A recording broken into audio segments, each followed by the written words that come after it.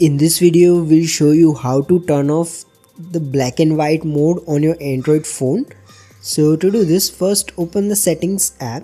Now scroll down and then find digital well-being and parental controls.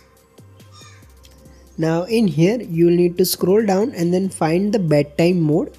Now if this mode is enabled, you can either turn it off so that the screen goes back to normal. However, if you don't want to disable this mode, you can tap on this other actions and then remove grayscale from here and then tap on done.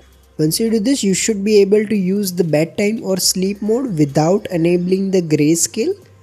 However, if this doesn't work, what you need to do is scroll down and then tap on accessibility. Now here you will need to go to vision enhancements. You will need to tap on color adjustment and then make sure this option is turned off. Once you do this, your issue should be resolved. However, if nothing else works, your last option is to go to this general management menu.